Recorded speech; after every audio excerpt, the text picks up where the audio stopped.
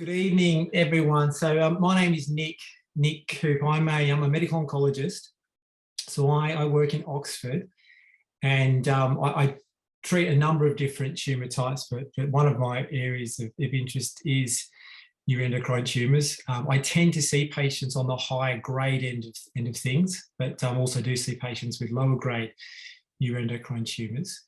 So what we'll do this evening, I've just got a few slides, really just talk around some fundamental basics to do with this tumour, just to sort of give you a bit of an insight behind the decision-making processes of doctors that will hopefully be helpful. The slides shouldn't take too long, so we'll have plenty of time for questions, and yeah, you can just sort of pepper me with whatever you want to ask at the end, okay? So we'll just make a start with the slide. So basically, start off with a fundamental question: what are neuroendocrine tumours? So these neuroendocrine tumours are very rare and they're unusual types of tumours. They are tumours that show neuroendocrine differentiation. So what is this? So these are often cancer cells that come from other parts of the bodies that can turn into sort of conventional cancer types that morph in to neuroendocrine cells. And I'm sort of tying myself in knots then, but essentially the point is that neuroendocrine tumours can arise from multiple different cell types, so they're not organ specific. So you can get neuroendocrine tumours that arise in the lung, in the bowel, in the pancreas, the bladder, the prostate. Basically, just about any side of the body can give rise to a neuroendocrine tumour. As I said before, these tumours are rare and there isn't a huge evidence base. So if you ever browse the medical literature on, for example, breast cancer or bowel cancer, you'll see huge randomised controlled trials where thousands of people have participated in medical research, which helps work out optimal treatment strategies. Now, for neuroendocrine tumours, just due to the small number of patients that have this disease, unfortunately, we don't have that robust evidence. And what we're often reliant upon are sort of smaller studies, often experience that counts for a lot. So for this reason, there is a bit of variation, I guess, between centres, as experience does factor into it. So don't be surprised if the treatment that someone might be offered at one centre slightly differs from what somebody might have at another. That's not saying that one's wrong and one's right. It just comes down to those other things because we don't have these massive evidence bases to help standardise things, and potentially one day that will be changed. So are all neuroendocrine tumours the same? Well, they're not, and they vary on the basis of grade, and this is where we sort of get into the high grade side of things. So what is grade? So when we look at a tumour, we really talk about two things. This applies to all cancers. So tumours can be assessed in terms of their stage or their grade. So stage, which you may have heard of before, really reflects on how far the tumour has spread. So a stage 1 tumour is essentially a tumour that's in just the primary site. Stage 2 is slightly bigger, but still contained in the primary site. Stage 3 typically refers to when a tumour has gone to lymph nodes, and stage 4 is when it is spread to a distant site, usually through the bloodstream. Okay, so we're talking about how far the tumour is spread. We're not talking about how it looks under the microscope. And for most cancers, stage is a very useful way of predicting the outlook and the treatment decisions. But for neuroendocrine tumours, we particularly focus on grade. So what is grade? That is how it looks under the microscope. And it gives us a bit of an insight into how, biologically, how we think that this cancer will behave. And you may come across terms such as necrosis or Ki67. Now, this is a marker, this is a particular test that the pathologists do that give an idea of how quickly the cells of a particular tumour are dividing. And the higher that number, it tells us the faster this tumour is growing. And that also helps us predict how it will behave. And it also gives us an insight to how well differentiated it is, and I'll come to that in a future slide. But just without trying to confuse things too much, essentially with neuroendocrine tumours, the higher the grade, the more aggressive. So high-grade neuroendocrine tumours behave very differently from low-grade neuroendocrine tumours. And again, there's some slides on this coming up. So faster growth, more quickly it'll grow, and the more likely it is to spread to another place. But paradoxically, the higher the grade, the more likely it is to respond to chemotherapy. And again, there are some slides on this coming up.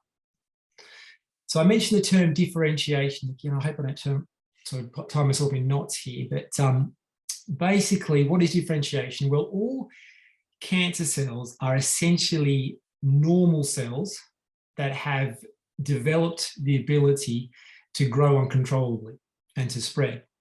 So they're all once normal cells that are they're growing and not stopping. Now, due to many factors that we understand and many that we're still learning about, as tumours grow, they accumulate lots of genetic abnormalities, which we call mutations. And this has an impact upon the way that the cells look. So the more abnormal genetic errors that a cell accumulates, the less similar it looks to its primary cell. Again, I hope that makes sense. So if a cell has only got a few mutations and hasn't changed a lot from its original cell, we tend to call that well differentiated. And well differentiated tumours tend to also be low grade, and they often tend to be slow growing. Cells, on the other hand, that accumulate lots of genetic mutations and abnormalities under the microscope look very different from their original cells, and that's where the term poorly differentiated comes from. Okay, they look nothing like the cell of origin, and these tumour types tend to be high grade and tend to be fast growing.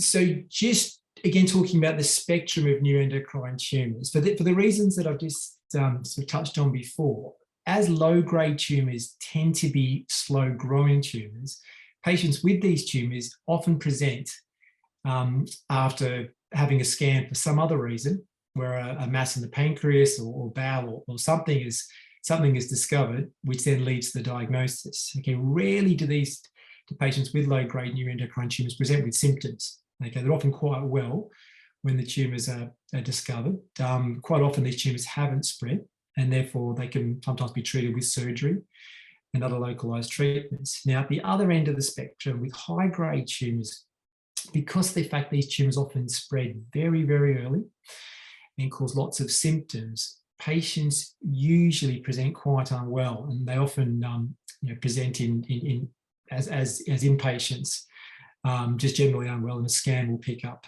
a cancer at that point. So often it's a very different presentation, which reflects the rate of growth. So this hopefully makes a bit of sense. This talks about the spectrum of neuroendocrine tumours. And again, just to really emphasise the point that this is a disease that really varies. And at one end, you've got grade 1 tumours. So grade 1 neuroendocrine tumours tend to be, as I said, slow growing, well differentiated. They can sometimes secrete hormones. So you may have come across the term carcinoid syndrome. These well differentiated tumours are still quite functional, and for that reason they can secrete these hormones. Now, as we go up the spectrum and these tumours become less well differentiated and their Ki-67 index goes up, they tend to grow faster, and we call these tumours grade 2. And they can still sometimes secrete hormones, but they're usually faster growing than grade 1 tumours. Now, if we keep going along the spectrum, we hit grade 3, which are usually the poorly differentiated neuroendocrine tumours, although there's also well differentiated neuroendocrine tumours, which we'll cover shortly. And these malignancies are fast growing. They require urgent treatment, and we predominantly use chemotherapy, whereas at the other end, we tend to use more localised treatments. Just in terms of terminology, grade 1 and grade 2 tumours are sometimes called carcinoids, which is kind of a historical name. It's actually incorrect, because carcinoid means cancer-like, and they're not cancer-like. These are cancer. but the term is still used. So carcinoid refers to grade 1 and grade 2. Now, grade 3 poorly differentiated neuroendocrine malignancies are actually called neuroendocrine carcinomas, okay, so NECs. So if you come across the term NECs, we're talking about a poorly differentiated high-grade neuroendocrine tumour. So it's right at the sort of the far end of this figure here. Now, how does that impact upon the decisions that we use? So as I said before, the lower the grade, the slower growing, the faster the grade, the more rapidly growing, but more sensitive to chemotherapy. So for grade 1 tumours, because they're slow growing, there is often a role for surgery or the use of localised techniques to chop out or ablate or somehow remove isolated tumours, knowing that the tumour is very slow growing. If we can just reduce the overall volume of cancer, it'll take a long time for that tumour to grow back, and somebody will potentially benefit. Often in low-grade tumours, we use somatostatin analogues, which are used because a lot of these tumours have these receptors on them called somatostatin receptors, which they rely on to grow. If we block them with these drugs, we can slow the growth of these tumours. We sometimes use targeted therapies, and you may have come across drugs such as everolimus and sunitinib. These are targeted treatments that are used in grade 1 and grade 2 carcinoid tumours. And we also use PRRT. So this is an injectable form of radiotherapy that targets those tumours that express a somatostatin receptor. And again, this is sort of beyond the scope of this talk, and PRRT and the somatostatin analogues in particular are more in the use in the grade 1 and grade 2 tumours. Now, as we get to grade 3 tumours, particularly poorly differentiated grade 3 neuroendocrine carcinomas, because these tumours often present at a point where they've already spread and they're growing fast, and they're sensitive to chemotherapy, the treatment is predominantly chemotherapy, and we often start it quite urgently. So why do we use chemotherapy for high-grade neuroendocrine carcinomas and not surgery? Well, reason being, again, these tumours often present when they've already grown in a number of different places. Chemotherapy, as I'm sure you all know, is a poison. It's a very non-specific way of killing cancer cells that's been around for approximately 70 years now. Chemotherapy works on the premise that it kills cells that divide quickly more than cells that divide slowly. So for that reason, there's a slight preference for cancer cells. But of course, as we all know, chemotherapy can kill healthy cells as well. So cells that grow quickly, in other words, high-grade neuroendocrine carcinomas, usually respond quite well, but as do normal fast-growing cells in the body, such as the lining of the gut, the bone marrow, which predisposes patients to infections, and of course, hair.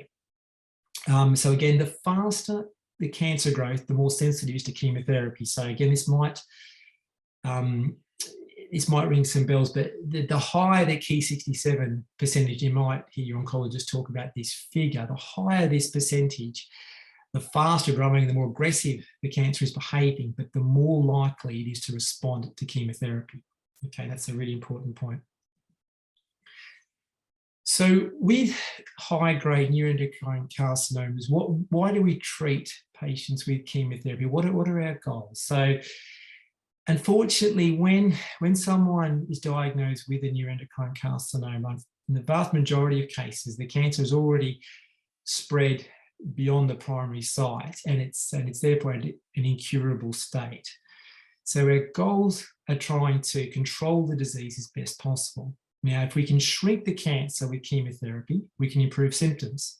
And usually things like weight loss, fatigue, pain can improve quite quickly. And this, of course, can have a positive impact upon quality of life. And we know, of course, this can extend life expectancy. I mean, if you don't treat a neuroendocrine carcinoma, unfortunately, particularly high, a really rapidly growing tumour, the life expectancy is unfortunately quite short. But if we're successful with treatment, we can certainly have an impact upon that figure. Particularly in high grade or very high grade neuroendocrine carcinomas, chemotherapy can work very, very quickly, and responses can sometimes be seen in weeks with a rapid improvement in symptoms. Unfortunately, despite the increased sensitivity to chemotherapy, the vast majority of high-grade neuroendocrine carcinomas are not curable. And that's because although the chemotherapy is quite effective, it's unlikely to kill every single cancer cell. Some cells invariably survive, and these cells develop mechanisms of resistance that allows them to survive the chemotherapy, and they'll typically come back at some point, even if there's an initial response. And we'll come to what we do in that situation in some further slides. So how do we treat neuroendocrine carcinomas? Well, although that the treatment of lower grade neuroendocrine tumours may vary between different centres, the treatment for high-grade neuroendocrine carcinomas tends to be quite standardised. Unfortunately, it's still the same treatment today that was used, possibly 20 years ago. We still use chemotherapy, and most centres, not just here in the UK, but also in the US and other places, use a combination of chemotherapy drugs called platinum and etoposide. So platinum really refers to one of two drugs, either carboplatin or cisplatin, and we give that with another drug called etoposide. And what these drugs are, it's a cocktail which is, I guess the main player here is the platinum bit, and that interferes with the DNA of the cancer cells and can be quite effective. Now, we aim to give between 4 and 6 cycles, but most of the benefit from the treatment will occur in the first few cycles, particularly the first 3. Again, responses vary, but most patients would expect some kind of response. And again, that is highly dependent upon the grade. It's usually the Ki-67 of the tumour. The chemotherapy, unfortunately, does have side effects, as you'd expect. So nausea, vomiting, hair loss, and there is a quite increased risk of infection. That's due to a suppression of the bone marrow.